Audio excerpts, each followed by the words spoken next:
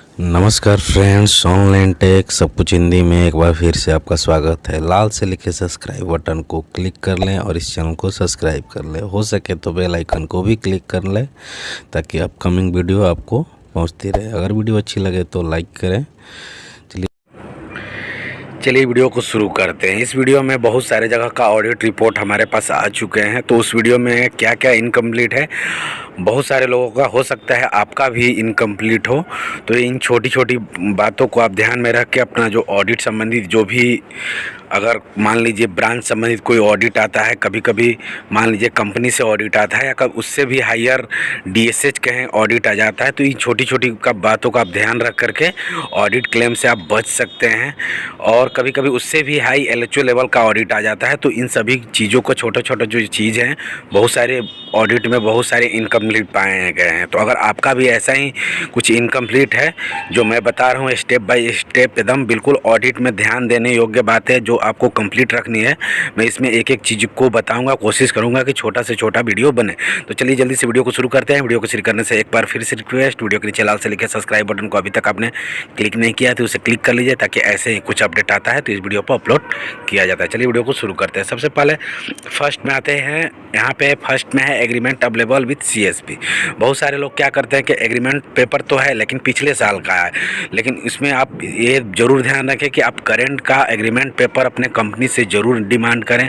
अगर आप बहुत सारे लोग होते हैं कि कर लेते हैं कंपनी से, लेकिन उसका कॉपी अपने पास नहीं रखते हैं, तो उसमें आपको दिक्कत हो सकती है। आप करेंट का जो एग्रीमेंट पेपर है उसका कॉपी अपने पास ज़रूर रखें। सेकंड में authorize letter frame and hang. बहुत सारे लोग ऑथराइज जो लेटर है, जो ऑथराइज लेटर हमें मिला है, उसको क्या है फाइल में ही रखे रह जाते हैं। तो उसको हमें क्या करना है कि उसको फ्रेमिंग करा के अपने सीएसपी में उसको डिस्प्ले करना है। बहुत सारे लोग एक नहीं करते हैं, जैसा कि यहाँ पे नॉट मेंटेन प्रॉपरली आया है। उसके बाद सेव सर्टिफिकेट, जो कंपनी का सर्टिफिकेट है, आपको वहाँ पे लगाना है, फ्रेमिंग करा के लगा दीजिए, वो हमेशा के लिए हो जाता है। उसके बाद ट्रेनिंग सर्टिफिकेट होता है, उसको भी वो हमेशा के लिए हो जाता है। एक बार आपने ट्रेनिंग कर लिया, उसको भी फ्रेमिंग करा के उसको हमेशा के लिए टांग दीजिए, उसमें कोई चेंजिंग होती नहीं है। उसके बाद आईआईबीएफ का एग्ज़ाम अगर पास कर लिए हैं तो उसमें भी कोई चेंजिंग नहीं है। अगर आप पास कर लिए तो उसको भी फ्रेमिंग करा के कोशिश करें कि उसको सीएसपी में टांग दे, डिस्प्ले कर दे कहीं पे, ताकि कोई भी अफसर आए तो डायरेक्ट उसको उनको वहाँ पे दिख जाए। तो ये वीडियो को आप पूरा ज़रूर देखें, क्योंकि मैं एक एक चीज़ को आप यहाँ पे मैं बताने वाला हूँ, ऑडिट से संबंधित जो भी क्लेम आ सकते हैं। उसके बाद यहाँ कमिटेड सर्टिफिकेट सीवीसी जो होता है, यहाँ पे आप जो भी सीवीसी आप करेंट का ज़रूर रखें। उसके बाद 7 नंबर पे आईडी कार्ड होना चाहिए, केओ का होना चाहिए, सब केओ का होना चाहिए, पीवीआर होना चाहिए, पीवीआर जरूर आप रखें, केओ और सब केओ दोनों का। उसके बाद 9 नंबर पे है एजुकेशन सर्टिफिकेट सब केओ एंड केओ एंड सब केओ इंटरमीडिएट, एंड उससे अगर हायर है तो उसका भी उसमें कॉपी आप ऑडिट फाइल में जरूर रखें। 10 नंबर पे है आधार कार्ड केओ का और सब केओ का वेरीफाइड कॉपी। वेरीफाइड का मतलब होता है उसको कहीं से वेरीफाई करा लीजिए, आप सिंपली अपने लिंक ब्रांच से उसको वेरीफाई करा लीजिए। वेरीफाई विथ ओरिजिनल का मोहर आता है, ब्रांच में कोई भी मैनेजर या कोई भी अफसर उसको वेरीफाई करके उसका एक कॉपी, ओरिजिनल कॉपी अपने ऑडिट फाइल में रखें। उसके बाद पेन होना चाहिए केओ और सबका, वो भी वेरीफाई होना चाहिए।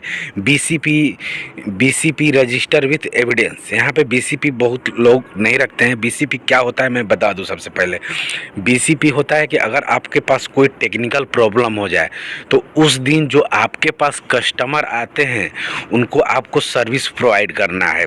बीसीपी टेस्टिंग जो 12th नंबर पे है, मैं इसका ये आप ज़रूर रखें क्योंकि बहुत ऑडिट में इम्पोर्टेंट चीज़ है बीसीपी। तो जिस दिन आपका टेक्निकल प्रॉब्लम रहता है, जो आपके पास कस्टमर आता है उसको आपको सर्विस प्रोवाइड करना है। तो उसको सर्विस कैसे हम प्रोवाइड करेंगे, अपने नज़दीकी सीएसपी में किसी उसको ले जाएंगे या उसका एड्रेस देंगे या वहाँ से उसको ट्रांजैक्शन कराएंगे। तो कोई वैसे उसका एविडेंस रखना है। एविडेंस का मतलब कि आप एक लेटर लिखें, लेटर पे ये लिखें कि हमारा इस दिन सीएसपी, मान लीजिए टेक्निकल प्रॉब्लम से मेरा सीएसपी सुचारू रूप से नहीं चल पाया, इसके वजह से हम जो भी यहाँ पे कस्टमर आए उनको अपने नज़दीकी सीएसपी यहाँ से हमने ट्रांजैक्शन कराया। वैसे कुछ कस्टमर का 5 या 10 कस्टमर का स्लिप का जो उनको मिला है स्लिप कस्टमर को, उसका क्या है फ़ोटो कॉपी आप इस एप्लीकेशन के साथ लगा लें, तो वही VCP एविडेंस में वो काफ़ी है। नहीं तो एक फॉर्म आता है उसको भर लीजिए, या सिंपली एक तरह से कहे तो जो मैं अभी तरीका बताया हूँ आप उसी तरह कर लेंगे तो वो भी काफ़ी है। चलिए उसके बाद रजिस्टर में आते हैं। रजिस्टर में हमें क्या क्या मेंटेन करके रखना है अपने CSP में, तो इस वीडियो को बिल्कुल ही स्किप मत कीजिएगा। बहुत ही इंपॉर्टेंट चीज़ मैं बताने जा रहा हूँ, क्योंकि एक भी चीज़ अगर इनकम्प्लीट रहे तो ऑडिट संबंधी आपको दिक्कत हो सकती है। तो रजिस्टर में सबको पता है ट्रांजैक्शन रजिस्टर हमें रखना है, स्टैंडर्ड का अकाउंट ओपनिंग का रजिस्टर रखना है एंड कॉन्टैक्ट रजिस्टर रखना है। BCP रजिस्टर स्टैंडर्ड रखना है, जो मैंने बताया कितने कस्टमर को आपने सर्विस वहाँ से प्रोवाइड किया। उसके बाद विजिट रजिस्टर तो हमें पता है, और एक रजिस्टर यहाँ पे बन गया है लोन रजिस्टर। अभी हालांकि उसका यूज नहीं है, लेकिन फिर भी हमें एक बना के स्टैंडर्ड रजिस्टर उसको रख लेना है। उसके बाद 7वें नंबर पे account opening with sending to link branch. जो हम अकाउंट ओपन करते हैं उसका रेफरेंस नंबर, उसका एक तरह से कहें उसका नाम, और उस जब हम ब्रांच में उसको फार्म को भेजते हैं, मैंने इस पर वीडियो बहुत ही अच्छी एक बना के पहले भी वीडियो चैनल पे रख चुका हूँ। उसका कोशिश करूँगा कि आई बटन में उसका लिंक आपको प्रोवाइड कर दूँ। सारे फॉर्मेट सही थे उस वीडियो में, मैंने पूरा दिखा करके एक रजिस्टर में एक रजिस्टर आपको दिखा के उस वहाँ पे मैंने वीडियो बनाया है। तो आप account opening sending to link branch, वहाँ से जो हम ब्रांच से रिसीव कराते हैं वो रजिस्टर होना चाहिए। वहाँ पे अगर आपने वीडियो रजिस्टर के बारे में कोई भी कन्फ्यूजन है तो वो वीडियो आप जाके देख सकते हैं।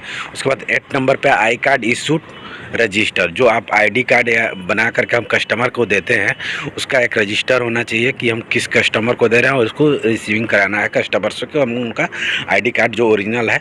बाकी उसके बाद हम रीप्रिंट करते हैं तो डुप्लीकेट ID कार्ड लिख के आ जाता है, तो ओरिजिनल हम ID कार्ड उनको दे चुके हैं, वहाँ पे रिसीविंग कराना है। उसके बाद बोर्ड एंड बैनर पर चलें तो न्यू सर्विस चार्ज बैनर आपके पास होना चाहिए। डू नॉट क्या करना है क्या नहीं करना है, वो बैनर ज़रूर अच्छे ढंग से होना चाहिए अपने CSP में। प्रोडक्ट सर्विस बैनर होना चाहिए, सोशल सिक्योरिटी का बैनर होना चाहिए, टाइमिंग बोर्ड होना चाहिए, एंड रुपए ATM कार्ड का भी बोर्ड होना चाहिए। BCP बैनर होना चाहिए। BCP बैनर मैं यहाँ पे बता दूँ क्या होता है। BCP बैनर मान लीजिए एक जो आपका CSP मान लीजिए किसी कारणवश अगर ख़राब रहा तो आप एक CSP के बाहर किसी भी 3 CSP का नज़दीकी CSP का वहाँ पे कॉन्टैक्ट नंबर, उनका नाम सहित वहाँ पे एक बैनर बनाइए छोटा सा, और उसमें उसको डिस्प्ले कीजिए ताकि उन कभी कस्टमर अकस्मात आपका CSP बंद रहा तो उस बैनर के सहारे अपना सुविधा वहाँ से ले सके। तो ये बैनर बहुत मस्ट है। बहुत ऑडिटर आते हैं तो ये बैनर देखा जाता है। अगर इसके संबंधी आपको कोई भी कन्फ्यूजन है तो हमें कमेंट करके ज़रूर बताइएगा, हम उस बैनर का आपको फॉर्मेट प्रोवाइड कर देंगे। उसके बाद बैन बोर्ड न्यू फॉर्मेट में होना चाहिए। आधार एंड मोबाइल से बैनर होना चाहिए।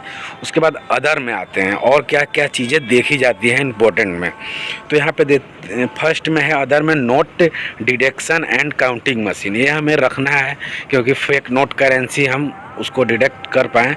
ये एक बहुत ही इम्पोर्टेंट पार्ट है, एक तरह से कहें कि चीज़ है जिस पे कि हर ऑडिटर का नज़र होता है कि अगर आप में है तो उसके लिए उस CSP के लिए फेथफुल है, क्योंकि उससे अच्छा एक तरह से परफॉर्मेंस बनता है ऑडिट में। उसके बाद all transaction receipt with day by day, जो भी आपका रिसिप्ट है उसको पर डे वाइज डे आपको अरेंज करके रखना है, वो भी अच्छे तरीके से रखना है। कोई भी ऑडिटर आके किसी भी डेट को आपको पर्ची 6 मंथ के अंदर का मांग सकता है, तो उसको आप बहुत ही अच्छे तरह से मेंटेन करके रखें। उसके बाद voucher verify on preview 6 month, verify उसको करके रखना है, अपना मोहर साइन वगैरह सारा कुछ। माइक्रो ATM वर्किंग स्टेटस आपको डिस्प्ले करना है अपने CSP में।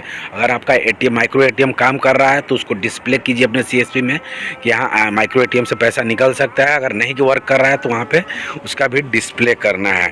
डेली वर्किंग स्टेटस ईमेल, ये कॉमन चीज़ है।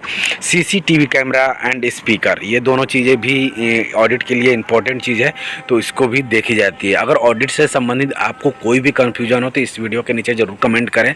ये वीडियो थोड़ी सी लंबी हो गई, इसलिए इस वीडियो को यहीं पे समाप्त करते हैं। आपको मिलते हैं ऐसे ही कुछ न्यू अपडेट और न्यू टेक के साथ।